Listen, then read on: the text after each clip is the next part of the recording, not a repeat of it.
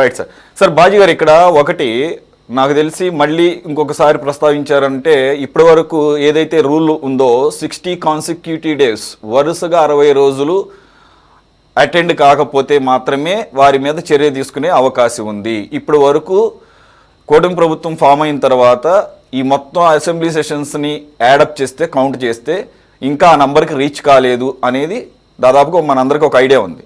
So next session ఏమన్నా గనక depending on the days it functions, అది మొత్తం యాడ్ అయితే ఆ 60 నంబర్కి మ్యాచ్ అయ్యే అవకాశం ఉంది. కాబట్టి మరోసారి ప్రస్తావించారేమో అయ్యన్న పాత్రుడు గారు అనేది ఇక్కడ ఒక అంశం. రెండోది, ప్రజలకి వీరు జీతాలు తీసుకుంటున్నారా లేదా అనేది కూడా ఒక క్లారిటీ ఇచ్చారనేది జనాల్లో ఒక చర్చ పెట్టడం కూడా మంచిది అనేది అది కూడా ఒక అంశమే ఉండొచ్చు. రెండోది, జగన్మోహన్ రెడ్డి గారు తీసుకోవడం లేదు, మిగతా వాళ్ళు తీసుకుంటున్నారు అనే దానికి గతంలో వారు చేసినటువంటి వ్యాఖ్యలు, వారు కానీ డిప్యూటీ స్పీకర్ రఘురామకృష్ణరాజు గారు కానీ, వీళ్ళు రాకుండా బయటే రిజిస్టర్లో సంతకాలు పెట్టి వెళుతున్నారు. అంటే జీతాల కోసం మాత్రమే పెడుతున్నారేమో అనేది ఇక్కడ ఒక పాయింట్. మూడో పాయింట్, ఇప్పుడు ఒక స్టూడెంట్ స్కూల్కి వెళ్ళకపోయినా, కాలేజీకి వెళ్ళకపోయినా, ఒక స్థాయి దాటిన తర్వాత ఎలాగైతే అక్కడ లెక్చరర్స్ కానీ ప్రిన్సిపల్ కానీ దృష్టి పెడతాడో, పేరెంట్స్కి ఇన్ఫామ్ చేస్తాడో, అలాగే పేరెంట్స్ ఎందుకు వెళ్ళటం లేదనేది ఒక మానిటరింగ్ ఉంటుందో, మరి వీళ్ళు వెళ్ళకపోతే అక్కడ సభాపతిగా ఆయనది ఒక వర్షన్ అయితే ఆయన బాధ్యత. మరి వీళ్ళని పంపించినటువంటి ఓట్లేసి ఆ నియోజకవర్గ ప్రజలు కూడా వీళ్ళని నిలదీసి రోడ్డు మీద దాన్ని ఏమంటే గల్లా పట్టుకొని అడిగితే కానీ వీళ్ళకి చలనం రాదేమో అనిపిస్తోంది సార్. మరి ఆ వ్యవస్థ, అటువంటి యాక్టివిజం మన దేశంలో లేకపోవటం శోచనీయం. కొన్ని దేశాల్లో ఖచ్చితంగా ఉంది కూడా. అలాగే కొన్ని పర్టికులర్ రూల్స్ ఉన్నాయి, అవసరమైతే రీకాల్ చేసే ఆప్షన్స్ ఉన్నాయి, అలాగే రికవర్ చేసే ఆప్షన్స్ కూడా ఉంటాయి అనేది నేను అనుకుంటున్నాను sir. What you say? Suresh గారు, ముందుగా మీకు అలాగే మన ప్యానెల్లో ఉన్న మిత్రులకి, 24/7 వీక్షకులకి అందరికీ కూడా శుభ సాయంత్రం, నమస్కారం అండి. ఇవాళ మన దేశంలో ఎక్కడైనా కానీ ఎప్పుడైనా కానీ ఒక ఎమ్మెల్యేనో ఎంపీనో వాళ్ళ విధులు నిర్వర్తించలేదని, వాళ్ళ అవినీతి చేశారని, లేకపోతే వాళ్ళు సరిగ్గా మరి వాళ్ళ యొక్క అనైతిక ప్రవర్తన ఉందనే ఉద్దేశంతో కానీ ఎప్పుడైనా ఎక్కడైనా కానీ కాలర్ పట్టుకొని నిలదీసిన ఉదాహరణ కానీ సందర్భం కానీ మనం చూసామా ఈ దేశంలో? లేదు. మన ప్రజల యొక్క మైండ్ సెట్ వేరు. విదేశ నిండు సభలో పోర్న్ వీడియోస్ చూస్తేనే వాళ్ళ మీద చర్యలు తీసుకున్న దాఖలాలు లేనటువంటి పరిస్థితి. అనైతికమైన చర్యలకు పాల్పడినా కానీ మళ్ళీ ఓట్లేసి గెలిపిస్తున్న దేశం ఇది. అక్రమ సంబంధాలు పెట్టుకొని ఆడవాళ్ళని మరి బజార్కి ఇచ్చిన ఎమ్మెల్యేలను కూడా మళ్ళీ గెలిపిస్తున్న దేశం ఇది. కోట్ల రూపాయల అవినీతి సొమ్ము మింగేస్తున్నారని తెలిసినా కానీ ఏముందిలే, ఇది మామూలులే అని ప్రజలు ఈజీగా తీసుకుంటున్న పరిస్థితి చూస్తున్నాం ఈ కంట్రీలో. అలాంటిది ఏదో వాళ్ళు హాజరు కావట్లేదని, సరిగ్గా వాళ్ళ విధులు నిర్వర్తించట్లేదని వాళ్ళ మీద చర్యలు తీసుకునే అంత నాలెడ్జ్ కానీ అంతటి తెగింపు మన ప్రజలకు ఉంది అని నేను అనుకోవట్లేదు సురేష్ గారు. కాబట్టి ఏంటంటే అసలు ముందు వీళ్ళకి నైతిక విలువలు ఉండాలి. ఇప్పుడు ఈ 10 మంది ఎమ్మెల్యేలు ఎవరైతే ఉన్నారో జీతం తీసుకుంటున్నారంటే, ఈ జీతం ఏంటండి? వీళ్ళకి నెలకి శాలరీ 2,32,000 రూపాయలు, డైలీ 2,000 రూపాయలు వీళ్ళకి భృతి, 25,000 రూపాయలతో అసిస్టెంట్ పెట్టుకునే హక్కు ఉంది. అట్లాగే 15,000 రూపాయలతోటి రాష్ట్రంలో వాళ్ళు ఏదైనా అటు ఖర్చులకి తిరగచ్చు, బస్సులు ఫ్రీ, 32 ట్రిప్పులు రాష్ట్రంలో విమానం ప్రయాణాలు చేయొచ్చు, 8 ట్రిప్పులు దేశంలో విమాన ప్రయాణాలు చేయొచ్చు. వీళ్ళు రిటైర్ అయితే 50,000 పెన్షను, చనిపోతే వితంతు వాళ్ళ భార్య 40,000 పెన్షను. తర్వాత కలిసి లక్షలాది రూపాయలు ఒక ఎమ్మెల్యేకి ప్రభుత్వ డబ్బు, ప్రజల డబ్బులు చెల్లిస్తూ ఉన్నారు. వాళ్ళ విధులు ఏంటండి? వాళ్ళు ఒక నియోజకవర్గం నుంచి ఎన్నికైన తర్వాత ప్రజల సమస్యల్ని అసలు ఏనాడైనా కానీ వైసీపీ వాళ్ళు ఎప్పుడైనా కానీ గతంలో అయినా కానీ ప్రజల సమస్యల మీద ఏదైనా మాట్లాడారండి?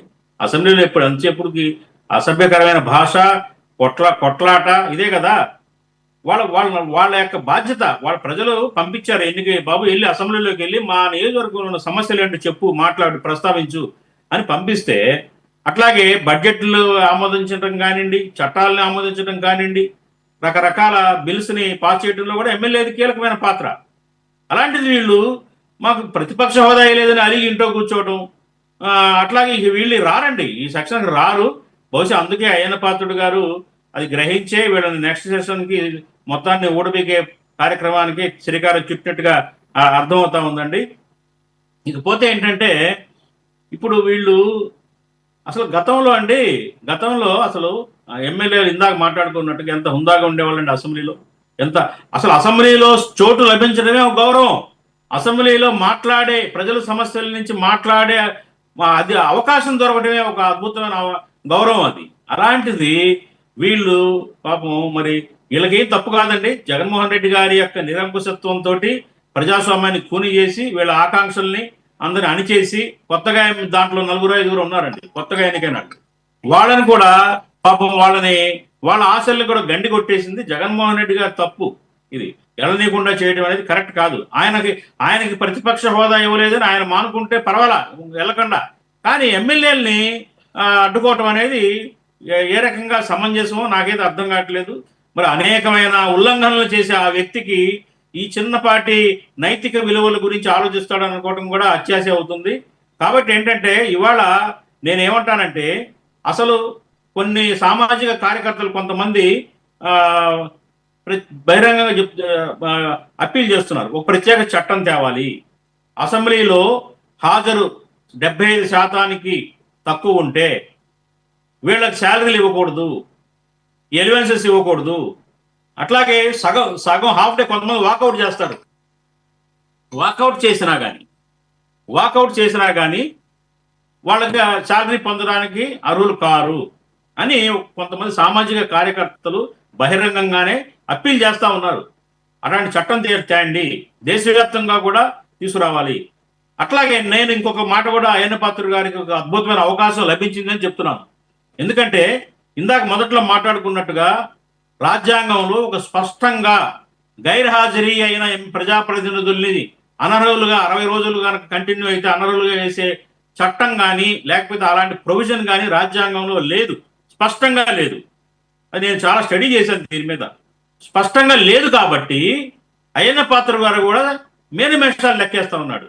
అయితే ఇది దేశానికి ఒక రోల్ మోడల్గా అయ్యన్న పాత్రుడు గారు తీసుకొని వైసీపీ ఎమ్మెల్యేలు ఇచ్చిన అవకాశాన్ని ఒక రోల్ మోడల్గా తీసుకొని రేపు సెషన్లో వీళ్ళందరినీ అనర్హులుగా ప్రకటించేస్తే దేశానికి ఒక రోల్ మోడల్గా దీని మీద ఒక నిగ్గు తేల్చే ఒక చర్య మన రాష్ట్రం నుంచే జరుగుతుందని చెప్పేసి నా అభిప్రాయం. కాబట్టి అయ్యన్న పాత్రుడు గారు ఈ ఫీలర్లో వదలటం ఇవన్నీ చేయటం కాదు. రేపు నిజంగా మళ్ళీ రేపు సెషన్లో కూడా రాకపోతే 60 రోజులు నిండిపోతే ఖచ్చితంగా ఈ 11 మందిని అందరినీ కూడా జీతం తీసుకోకపోయినా కానీ అనర్హులుగా వేటు వేయాలని మేము డిమాండ్ చేస్తా ఉన్నాం. ఎందుకంటే జీతం క్రైటీరియా కాదు, జీతం అనేది వేరే ఇష్యూ. కానీ ఒక ప్రజాప్రతినిధిగా తన యొక్క విధుల్ని బాధ్యతల నుంచి తప్పించుకొని నిర్వర్తించకపోవడం అనేది ప్రజాద్రోహం, ప్రజాస్వామ్యాన్ని కూని చేసినట్టు, ప్రజలకి ద్రోహం చేసినట్టు, అది వాళ్ళని ఎన్నుకున్న ప్రజలకి అన్యాయం చేసినట్టు. ఇది గ్రహించాలి ముందు.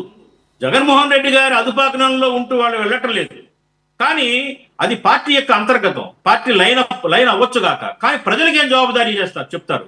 రేపు మళ్ళీ ఎలక్షన్లో వెళ్ళి ప్రజలకు ఏం సమాధానం చెప్తారు? మా నాయకుడికి అది ప్రతిపక్ష హోదా ఇవ్వలేదు కాబట్టి మేము వెళ్ళలేదని చెప్తే మొగాన్ని కాంట్రించి ఊస్తారు జనం. ఎందుకంటే మీరు ఎన్నిక చేసుకుంది మేము. మా వాణి మీరు గొంతు వినిపించకుండా అసెంబ్లీలో మీరు మాకు అన్యాయం చేశారని అడగరా ప్రజలు? ఇది ఎమ్మెల్యేలు గ్రహించాలి. ఇప్పటికైనా వాళ్ళ అధినాయకుడిని కన్విన్స్ చేసుకొనైనా కానీ రేపు సెషన్స్ లో వస్తే గౌరవంగా ఉంటుందనేది నా అభిప్రాయం సురేష్ గారు.